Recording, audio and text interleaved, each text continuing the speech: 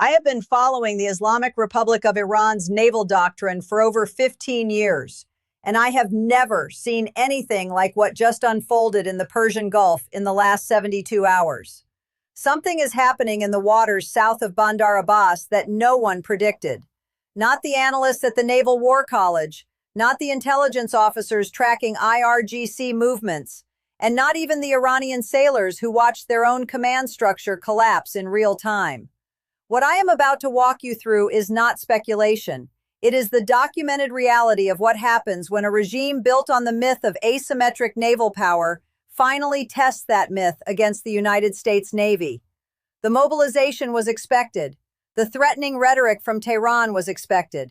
The propaganda footage of swarming fast attack craft was expected. But what happened when Iran actually deployed nearly its entire operational naval fleet to block American warships from transiting international waters?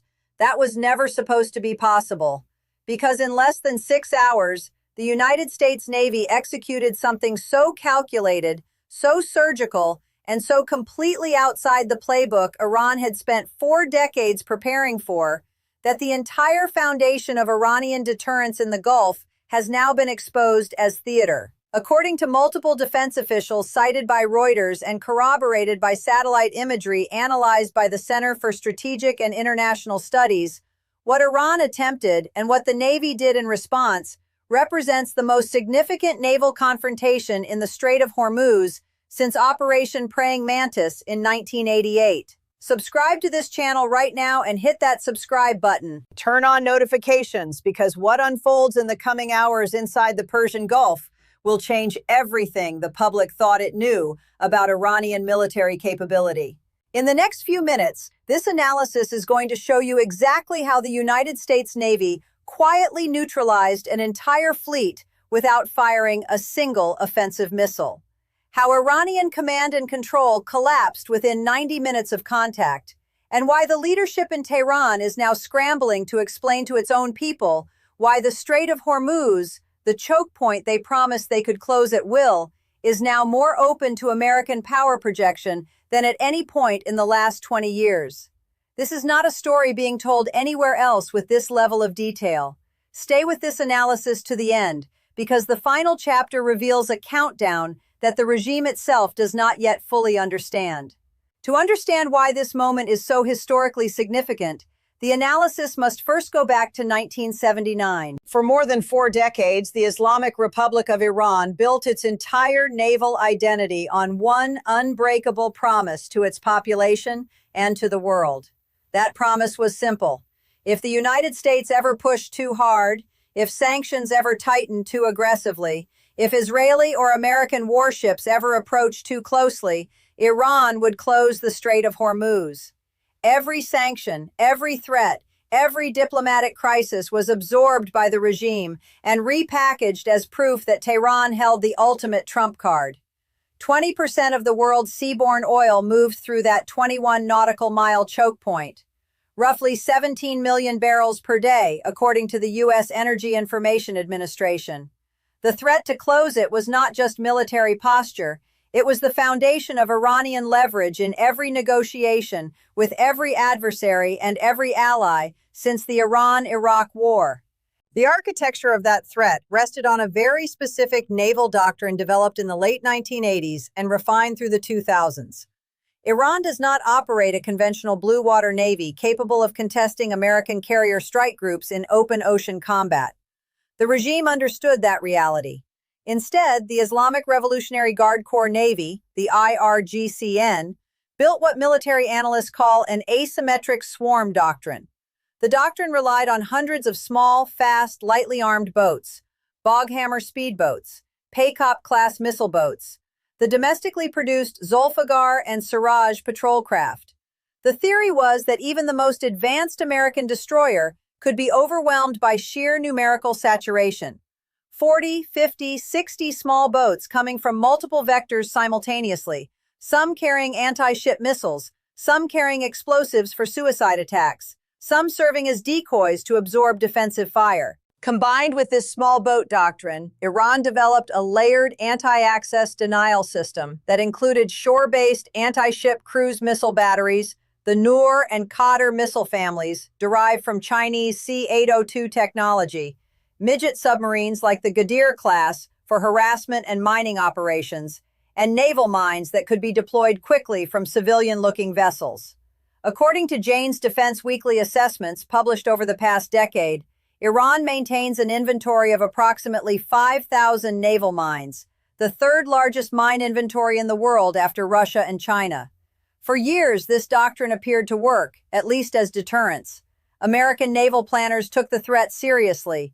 War games at the Naval War College in the early 2000s, including the now famous Millennium Challenge exercise, suggested that a determined Iranian swarm attack could potentially inflict significant damage on a carrier strike group. The 2007 incident in which Iranian forces seized 15 British sailors and Marines from HMS Cornwall, the 2016 incident involving 10 American sailors captured near Farsi Island, and dozens of harassment incidents involving IRGC fast boats coming within a few hundred yards of U.S. Navy vessels, all reinforced the perception that the Gulf was dangerous territory where Iran held meaningful tactical advantages.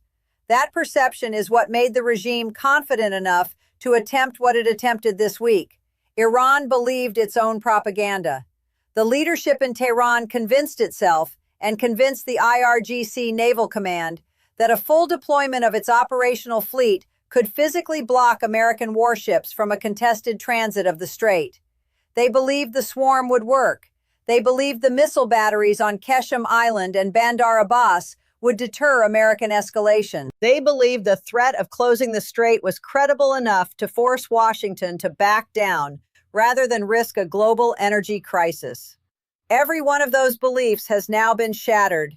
The first dimension of this confrontation, the deployment itself, the sheer scale of what Iran put to sea, and why it was already a strategic miscalculation before the first contact occurred.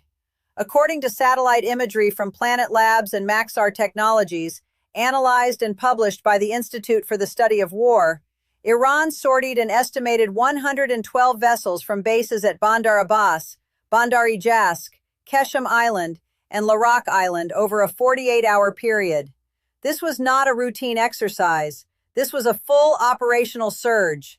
The deployment included at least 3 Muj-class frigates, the most capable surface combatants in the regular Iranian Navy, the Artesh. It included multiple Cayman-class missile boats, dozens of IRGC fast attack craft, at least 2 Ghadir-class midget submarines confirmed operating on the surface during transit, and what analysts identified as command and coordination vessels disguised as fishing trawlers.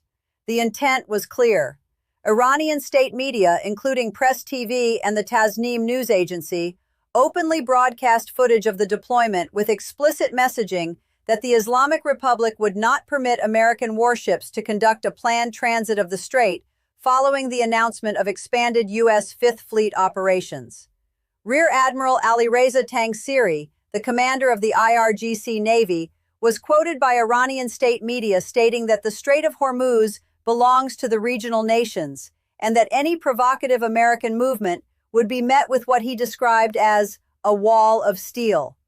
The phrase wall of steel was repeated across regime-affiliated outlets for 2 days. It became the propaganda centerpiece of the operation. But here is what makes this moment truly different from every previous Iranian naval posturing event. The scale of the deployment exposed Iran in ways the regime did not anticipate. When you put 112 vessels to sea simultaneously, you reveal your entire order of battle. You expose the operational status of every platform. You broadcast the communication patterns of your command structure. You show your hand completely.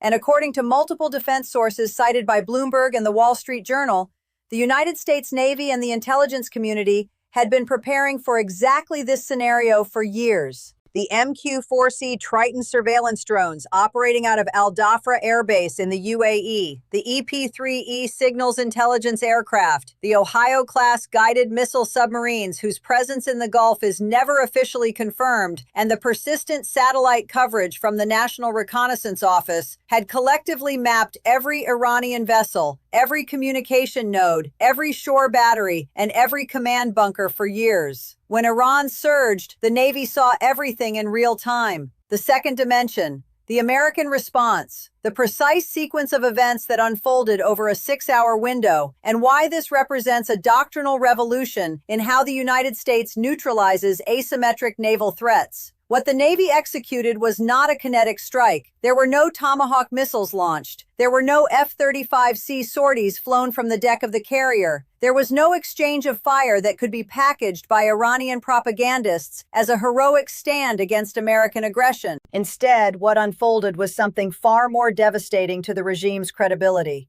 It was a comprehensive electronic, cyber, and informational defeat that left the Iranian fleet effectively blind, deaf, and paralyzed within 90 minutes of initial contact.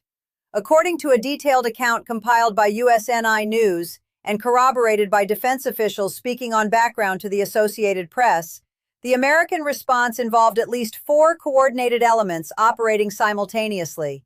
The first element was electronic warfare.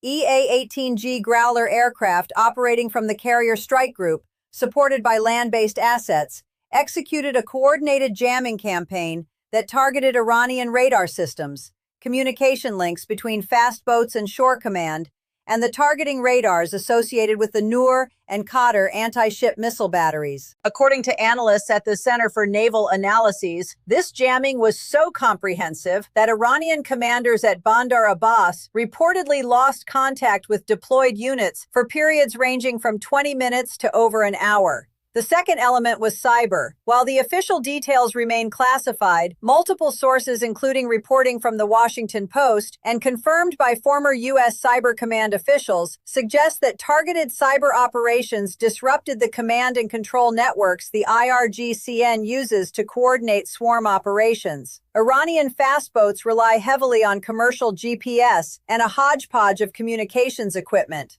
When that infrastructure was selectively disabled, the swarm doctrine collapsed because there was no swarm anymore. There were just isolated boats with confused crews drifting in the world's busiest shipping lane. The third element was the surface action. Arleigh Burke-class destroyers, supported by Ticonderoga-class cruisers, executed what naval analysts describe as a textbook layered defense formation that funneled approaching Iranian craft into kill boxes where they could be engaged by close-in weapon systems if necessary.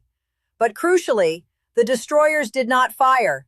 They simply demonstrated, through precise maneuvering and the visible activation of their fire control radars, that any Iranian boat that closed within engagement range would not survive.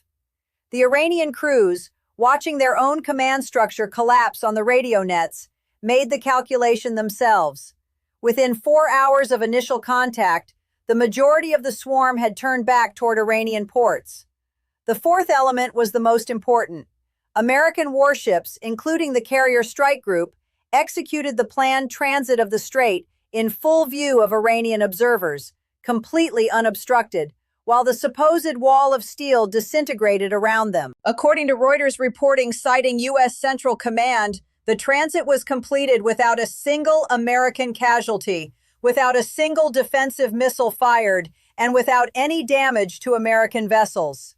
The footage of American destroyers steaming through the strait while Iranian fast boats turned away in apparent confusion has now circulated widely, including on Persian-language social media inside Iran itself. The third dimension. The information war and the catastrophic blow to regime credibility inside Iran. This is where the situation becomes truly dangerous for Tehran.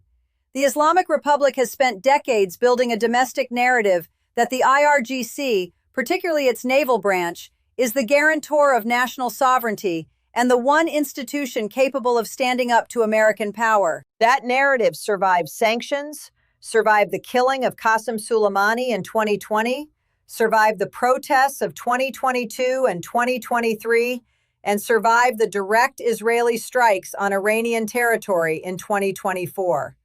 But what it cannot survive is video evidence, circulating in Persian on Telegram channels and inside Iran on VPN-accessed platforms, showing the entire IRGC Navy turning back while American warships proceeded unimpeded.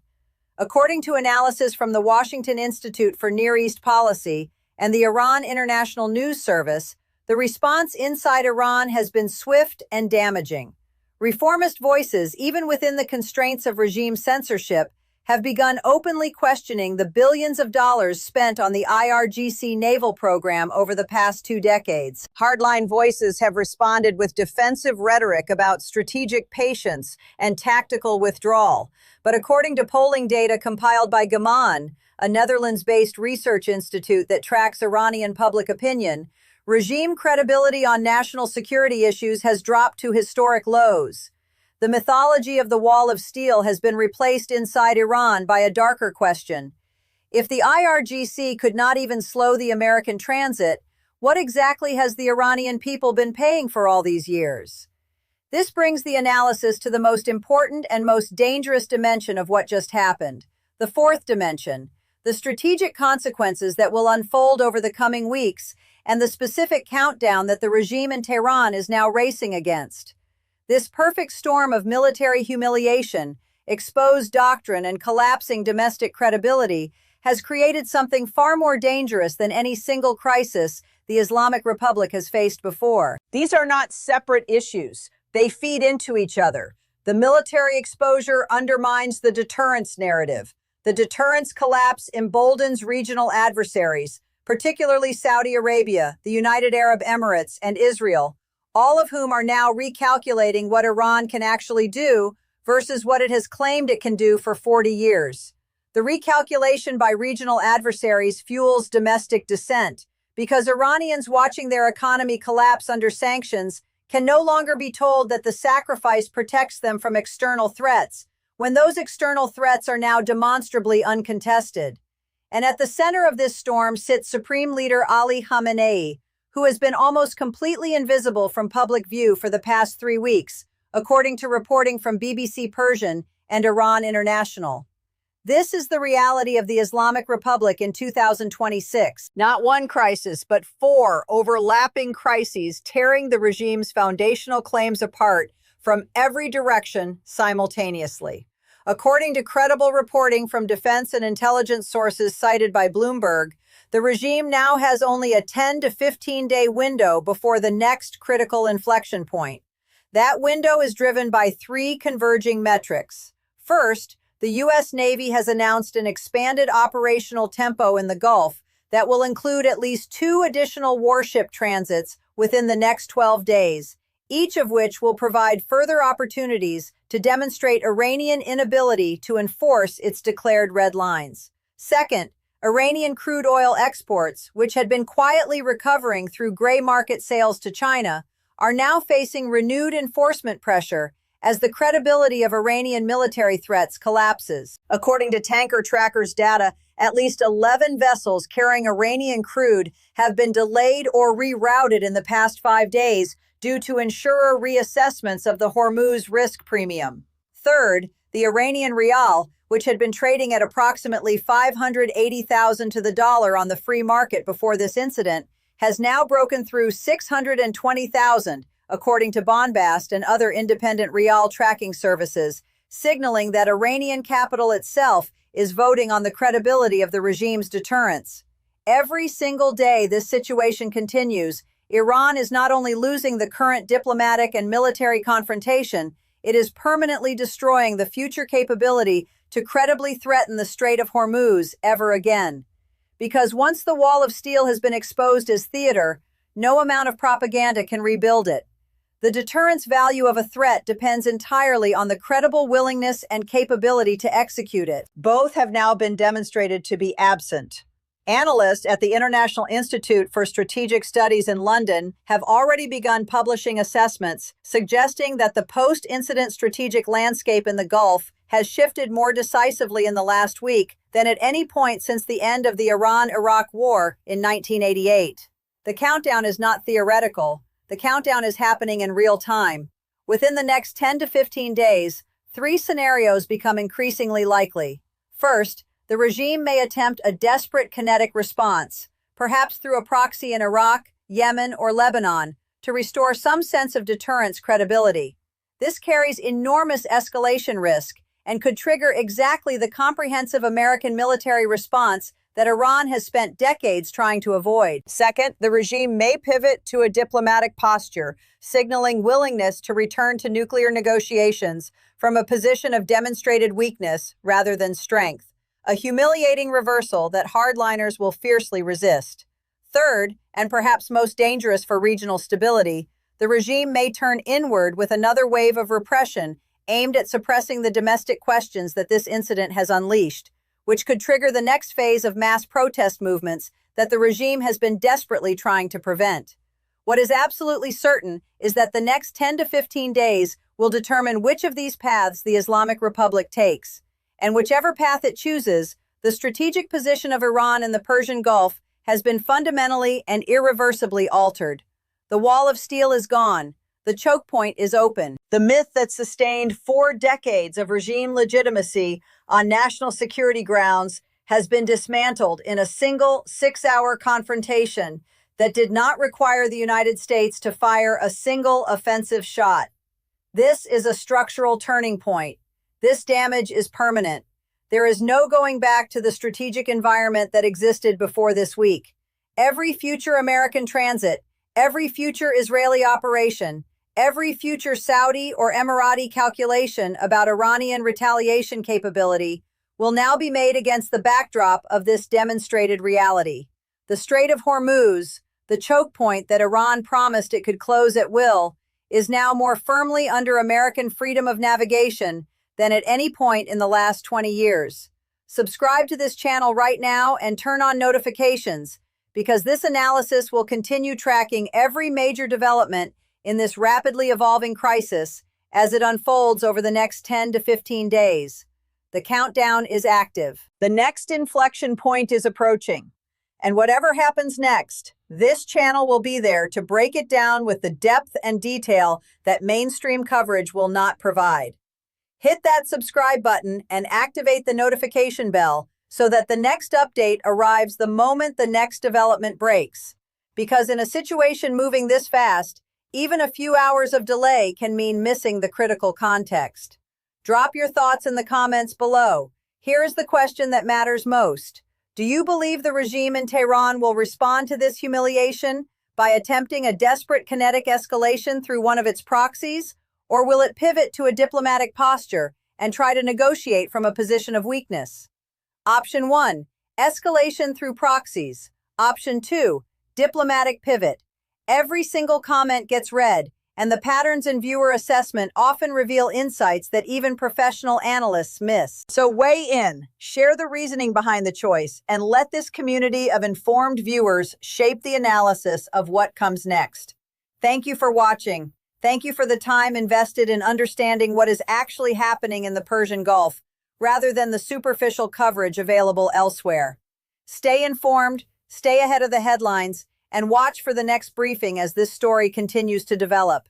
The wall of steel has fallen, the countdown has begun, and the next chapter is going to be even more consequential than what just unfolded this week.